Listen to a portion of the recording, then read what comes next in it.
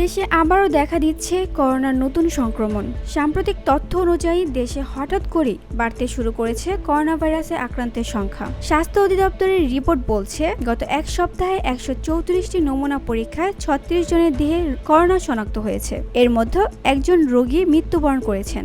এই মুহূর্তে শনাক্তের হার দাঁড়িয়েছে ৮৫%, যা অত্যন্ত উদ্বেগজনক।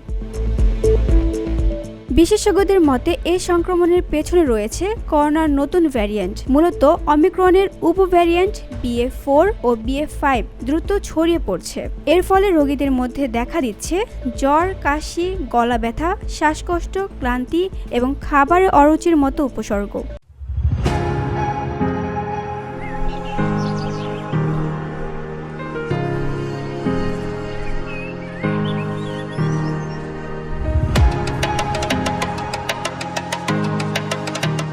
অনেক ক্ষেত্রে উপসর্গগুলো বেশ হালকা হলেও সংক্রমণ ছড়ানোর হার অত্যন্ত বেশি। চিকিৎসকদের মতে, এখনই যদি আমরা সতর্ক না হই তাহলে এই ভাইরাস খুব সহজেই আরো বড় রূপ নিতে পারে। তাই উপসর্গ দেখা দিলেই পরীক্ষা করানো, ঘর থেকে বের হওয়া এড়িয়ে চলা এবং মাস্ক পরা একান্ত জরুরি। বিশেষ করে যারা আগে থেকে অসুস্থ, বয়স্ক কিংবা শিশু, তাদের সুরক্ষায় সচেতনতা আরও বেশি প্রয়োজন।